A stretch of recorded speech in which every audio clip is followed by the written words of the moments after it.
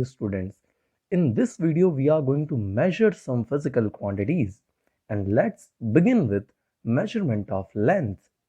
So length को measure करने के लिए हमारे पास basically दो तरीके हैं. One is known as direct method and the second one is known as indirect method.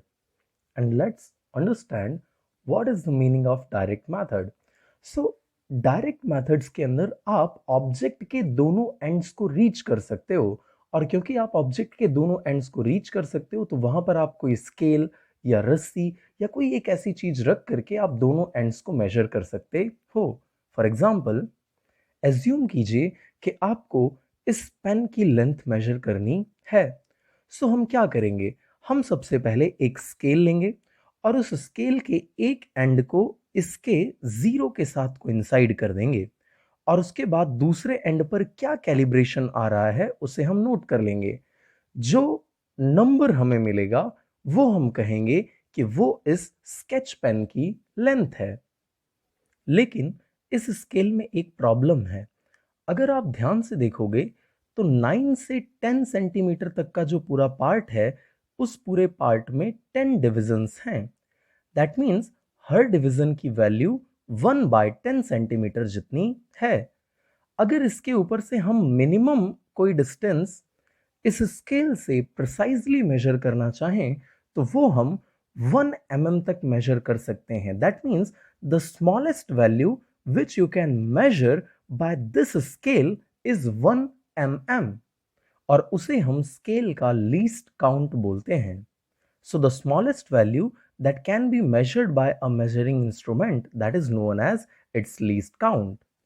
लेकिन क्या होगा अगर जो लेंथ हम मेजर करना चाहते हैं वो 1 mm से भी छोटी है, लेट्स से 0.1 mm की है, तो उसके लिए हमें एक दूसरा इंस्ट्रूमेंट यूज करना पड़ेगा. क्यों? क्योंकि जिस स्मॉलेस्ट वैल्यू को हम मीटर स्केल से मेजर कर सकते हैं वो तो 1 mm की है, लेकिन अब जो हमें लेंथ को मेजर करना है वो 0.1 mm की साइज का है, तो उसके लिए हमें एक दूसरा इंस्ट्रूमेंट यूज करना पड़ेगा that is known as vernier callipers, जिसका least count 10⁻⁻⁴ metre that is 0.1 mm होता है. अगर आप इससे भी छोटी वैल्यूज को मेजर करना चाहते हो तो आप स्क्रू गेज का यूज कर सकते हो, जिसका लीस्ट काउंट 0.01 mm होता है. लेकिन क्या हो अगर मैं आपसे कहूं कि मुझे अर्थ और सन के बीच का डिस्टेंस मेजर करना है, तो मैं इतनी लंबी स्केल को बना नहीं सकता हूं, या सपोज मैंने बना भी लिया तो उसको सन के पास तक ले जाना बहुत डिफिकल्ट होगा, उसको होल्ड करके रखना बहुत डिफिकल्ट होगा. लेकिन हमें तो डिस्टेंस मेजर करना है, तो हम यूज करते हैं इनडायरेक्ट मेथड्स को. So we use indirect methods when we are not able to reach the two ends. So indirect तरीके से लेंथ को मेजर करने में सबसे पहली मेथड हमारे पास है रिफ्लेक्शन की मेथड. तो suppose we want to calculate the distance और length between point A and point B.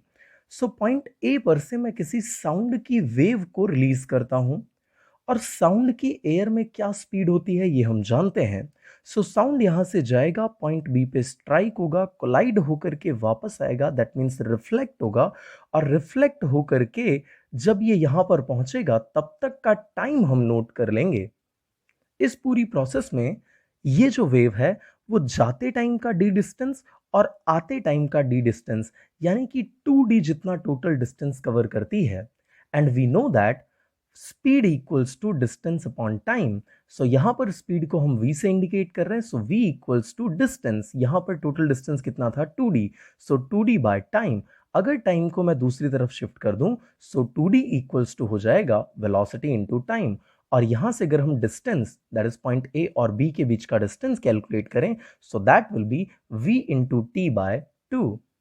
9th standard में इसी टाइप के एक इंस्ट्रूमेंट का आपने नाम सुना हुआ था जिसको हमने नाम दिया हुआ था सोनार.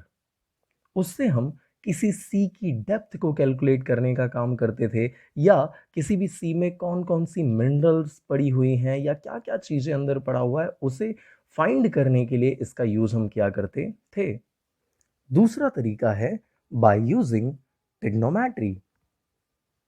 सो मान लीजिए कि एक बहुत ही बड़ी बिल्डिंग है दैट इज ए बी, जिसकी हाइट h है, और इसके हाइट को हम कैलकुलेट करना चाहते हैं, हम पता करना चाहते हैं कि ए बी की वैल्यू कितनी है। तो हम इस ए बी के टॉप को इस पॉइंट बी से कुछ दूर जाकर के नोट करेंगे, इस एंगल को जो अर्थ के साथ एंगल बन रहा है उसे कैलकुलेट कर लेंगे, और यहां से हम ट्रिग्नोमेट्री अप्लाई करेंगे। सो अगर हम पॉइंट सी पर से tan थीटा अप्लाई करें, so tan theta equals to opposite upon adjacent, और अपोजिट हमारे पास h है, एडजेसेंट हमारे पास d है, so tan theta equals to h by D. अगर यहां से मैं h को सब्जेक्ट बना लूं, so h equals to d times tan theta. यहाँ पर tan थीटा की वैल्यू हमें tan के टेबल से मिल जाएगी, d की वैल्यू हम इजीली bc को कैलकुलेट कर सकते हैं, सो इन दोनों के मिलते ही हमें h की वैल्यू इजीली मिल जाती है। बट बहुत ही बड़े डिस्टेंसेस को मेजर करने में ये दोनों ही मेथड्स में कुछ फॉल्ट आ जाता है। For example, if we are talking about reflection वाली मेथड, तो उसमें होता क्या है, साउंड की वेव्स वैक्यूम में ट्रेवल नहीं करती हैं, और क्योंकि वो वैक्यूम में ट्रेवल नहीं करती हैं, सो अगर हम वैक्यूम के किसी ऑब्जेक्ट के डिस्टेंस को मेजर करना चाहते हैं तो वो हम रिफ्लेक्शन की मेथड से नहीं मेजर कर सकते हैं। सिमिलरली, अगर हम ट्रिग्नोमेट्री की बात करें तो वो एक राइट एंगल्ड ट्राइंगल के लिए एप्लीकेबल होती है। सो अगर ये हमारा ट्राइंगल राइट एंगल ट्राइंगल नहीं होगा, सो उसके लिए भी प्रॉब्लम क्रिएट हो जाएगी। दैट मीन्स अगर हम अर्थ के कर्वेचर को फोकस में ले लें तो उस टाइम पर ये जो मेथड हमने की है इससे आने वाला आंसर कुछ डिफरेंट वैल्यू लेकर के आएगा। Measuring large distances we use a specific method known as parallax. मान लीजिए आप इस स्केच पेन के कैप को ऑब्जर्व कर रहे हैं। अपनी लेफ्ट आई को अगर आप क्लोज करके इस पेन को देखोगे तब इसकी जो पोजीशन होगी, और राइट आई को क्लोज करने के बाद लेफ्ट आई से जब आप इसको देखोगे तब इसकी जो पोजीशन होगी, उन दोनों में डिफरेंस आएगा। That means there will be change in position of an object with respect to background when seen from two different positions, that is known as parallax. Let's assume point A और point B अर्थ के दो points है जहां से हम एक planet S को observe कर रहे हैं। ओके, सो पॉइंट A से जब हमने देखा तो उस टाइम पर लाइन ऑफ साइट ये है, पॉइंट B से जब हमने देखा तो लाइन ऑफ साइट ये है। इन दोनों के बीच में एक एंगल बन रहा है that is theta, which is known as parallactic angle, and b is the distance between two points of observation, that is known as basis. So उसे हमने यहाँ पर शो किया हुआ है स्मॉल b से, और ये जो प्लैनेट s और ऑब्जर्वेशन पॉइंट a या प्लैनेट s और ऑब्जर्वेशन पॉइंट b के बीच का डिस्टेंस है उसे हम शो कर रहे हैं कैपिटल D से। यहाँ पर हम अर्थ पर से किसी प्लैनेट को ऑब्जर्व कर रहे हैं, सो ये जो डिस्टेंस है d वो b की कंपैरिजन में बहुत बड़ा होता है, एंड यू नो दैट जैसे जैसे d b की कंपैरिजन में बड़ा होता जाएगा थीटा की वैल्यू बहुत छोटी होती जाएगी। एंड एज पर the definition of angle, angle equals to arc upon radius. So इस थीटा के सामने जो आर्क है उसकी लेंथ है b, और ये जो रेडियस बन रही है वो रेडियस है capital D। So from here theta equals to b by d। अगर हम d को सब्जेक्ट बना लें so d equals to b by theta. But remember that यहाँ पर जो हमारा थीटा है जिसको हमने पैरालैक्टिक एंगल कहा हुआ है वो हमें रेडियंस में ही रखना है कैलकुलेशन के टाइम पर। So now we are going to measure the diameter of a planet whose distance is known from earth. So ये डायमीटर मेजर करने के लिए सबसे पहले हम इस अर्थ पर के एक पॉइंट O से इस प्लैनेट के दोनों डायमेट्रिकली अपोजिट एंड्स को देखेंगे, ऑब्जर्व करेंगे, एंड ऑब्जर्व करने पर ये जो हमारी लाइन ऑफ ऑब्जर्वेशंस हमने बनाई हुई हैं उनके बीच में एक एंगल बनेगा, let's call that angle theta, और इस एंगल का नाम है angular diameter of the planet. Here capital D is the diameter of the planet and S is the distance between Earth and the planet. So now we are going to define angle. Angle equals to arc divided by radius. So angle equals to arc divided by radius. Angle हमने यहाँ पर theta लिया हुआ था, so theta equals to arc. Arc is D divided by radius, that is S. अगर हम यहाँ से D को सब्जेक्ट बना लें, D जो हमारा डायमीटर था plane, here d equals to theta into s. Remember that while calculating numericals, theta should be in radian. So as I told you, हम इनडायरेक्ट मेथड्स का यूज करके बहुत बड़े और बहुत छोटे डिस्टेंसेस को मेजर कर सकते हैं. So now we are moving towards measuring small distance. और उस सीरीज में सबसे पहला जो मेजरमेंट हम करेंगे वो होगा size of molecule of oleic acid. So सबसे पहला क्वेश्चन आपके माइंड में ये आएगा कि ऑयलिक एसिड ही क्यों. सो द आंसर इज कि ऑयलिक एसिड मोनोमोलिक्यूलर लेयर फॉर्म करता है. और मोनोमोलिक्यूलर लेयर कैसी होती है, कुछ ऐसी होती है. ओके, सपोज आप वाटर के अंदर कुछ प्लास्टिक की बॉल्स को फेंक देते हो, तो आप पाओगे कि प्लास्टिक की बॉल्स वाटर के अंदर एक एक एक एक इस तरीके से फैल जाएंगी. ओके, कुछ इस तरीके की layer.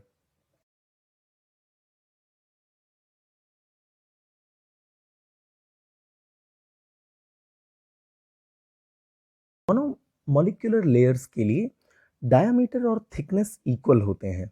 And if I want to calculate thickness, then I can say volume divided by area.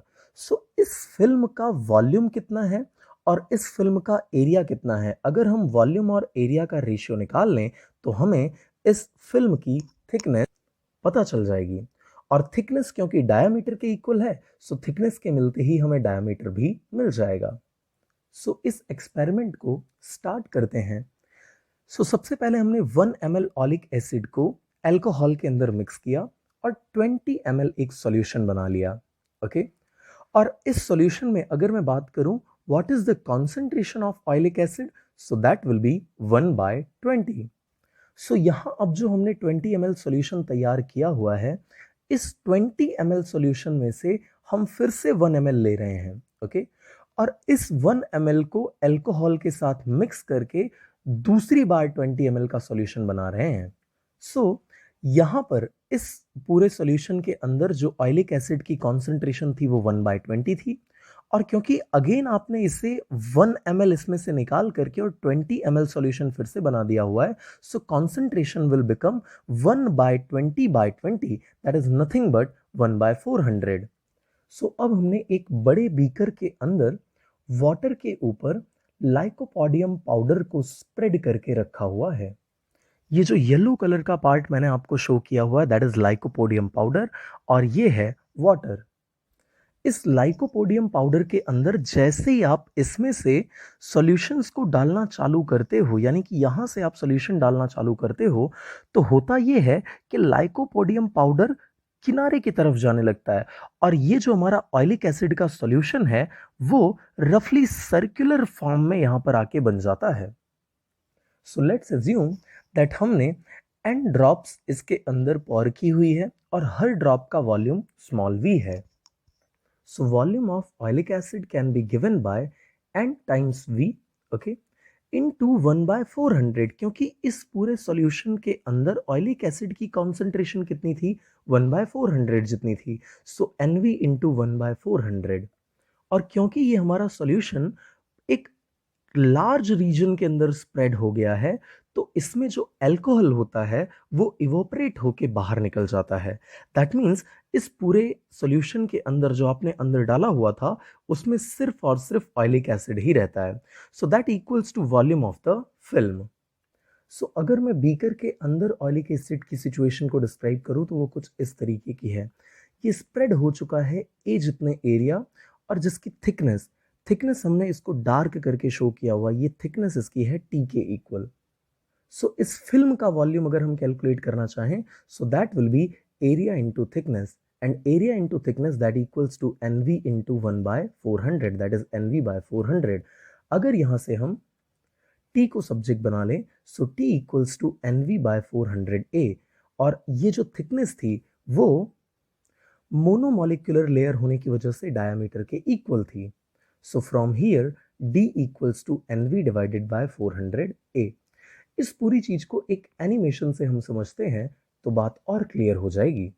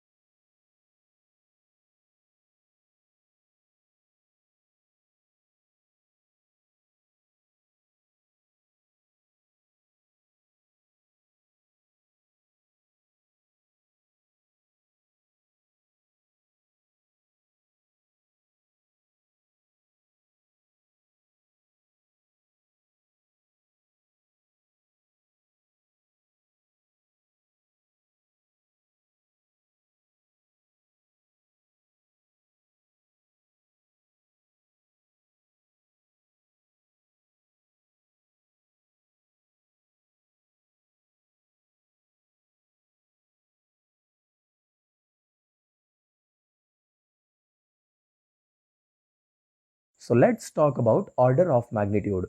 किसी भी फिजिकल क्वांटिटी का order of magnitude find out करने के लिए सबसे पहले उसके मैग्नीट्यूड को हमें साइंटिफिक नोटेशंस में लिखना होता है।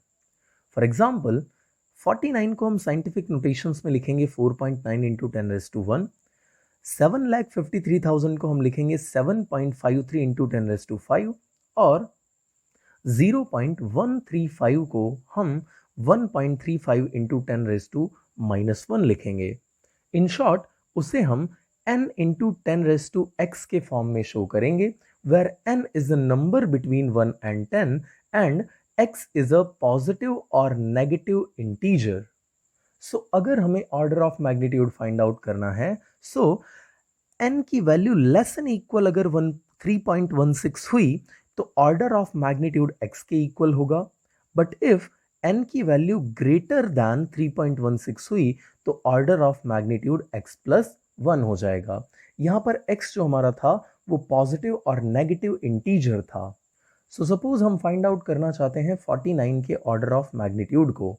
सो 49 को सबसे पहले हमने लिख दिया साइंटिफिक नोटेशंस में, एंड दैट इज 4.9 इंटू 10⁻1। यहाँ पर अगर आप नोट करोगे सो 4.9 इज ग्रेटर दैन 3.16, और क्योंकि ये ग्रेटर दैन 3.16 है, so as per our rule that is अगर n इज ग्रेटर दैन 3.16 है तो order of magnitude x plus 1 होता है। So order of magnitude will be equal to 1 is the power, okay, x, that means this one, plus 1 that equals to 2. So यहाँ पर हमारा जो order of magnitude होगा वो 2 हो जाएगा। Similarly in the second case, अगर हम इस नंबर को scientific notations में शो करें, so it will become 7.53 into 10⁵, और यहाँ पर 7.53 3.16 से बड़ा है, that means 7.53 is greater than 3.16.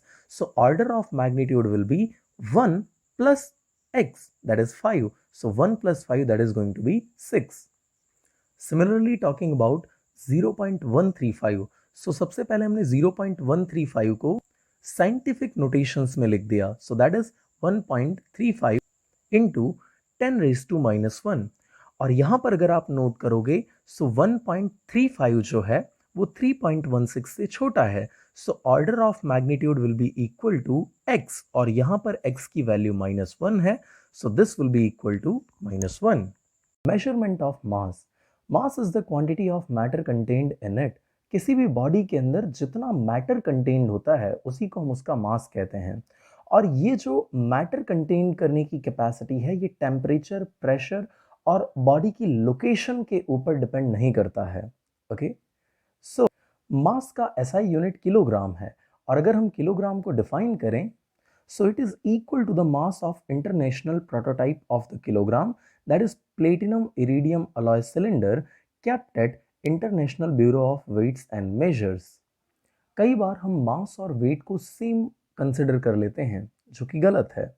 Wait एक टाइप का फोर्स है, जिसे अगर हम डिफाइन करें so weight of the body is the force with which a body is pulled towards the center of the earth.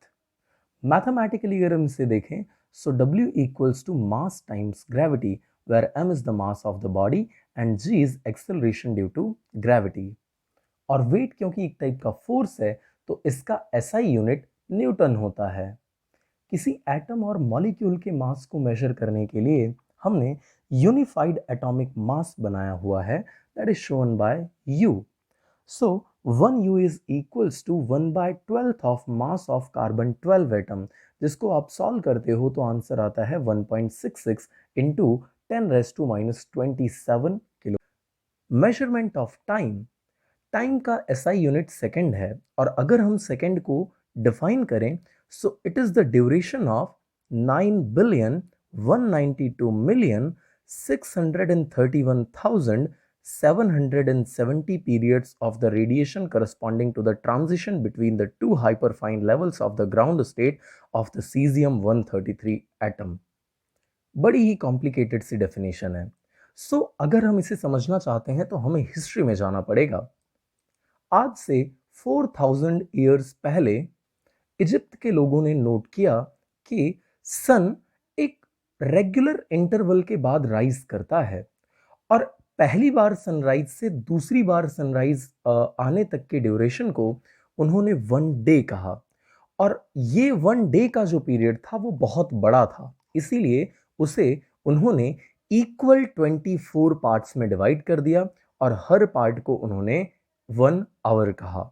ये जो 1 आवर का पूरा फंडा था, ये भी एक लंबा ड्यूरेशन लेता था, इसीलिए इसे भी 60 इक्वल पार्ट्स में डिवाइड किया गया और हर पार्ट को मिनट कहा गया। आगे चलकर हमें यह पता चला कि ये 1 मिनट भी एक अच्छा खासा टाइम होता है, सो इसे भी हमने 60 स्मॉल पार्ट्स में डिवाइड किया और उस हर एक पार्ट का नाम हमने सेकंड कहा। सो इस डेटा पर से अगर हम 1 सेकंड इक्वल्स टू निकालें, सो that will B 1/86,400 times duration of mean day. But इस डेफिनेशन में एक गड़बड़ हो गई, और वो गड़बड़ ये कि अगर किसी रीजन की वजह से अर्थ के रोटेशन की स्पीड कम हो गई तो डे का जो ड्यूरेशन है वो बढ़ जाएगा एंड अल्टीमेटली 1 सेकंड में जो टाइम हम कवर करना चाहते हैं वो टाइम भी इंक्रीज हो जाएगा। लेकिन हमें 1 सेकंड को प्रिजर्व करके रखना था, तो उस 1 सेकंड को अगर प्रिजर्व करके हमें रखना है तो हमें उसे किसी नेचुरल कांस्टेंट के फॉर्म में डिफाइन करना पड़ेगा। और फिर हमारे पास आया सीजियम 133 एटम। सीजियम की आउटर मोस्ट शेल के अंदर एक इलेक्ट्रॉन होता है। सीजियम 133 एटम की जो फ्रीक्वेंसी है वो पूरे यूनिवर्स में कांस्टेंट है।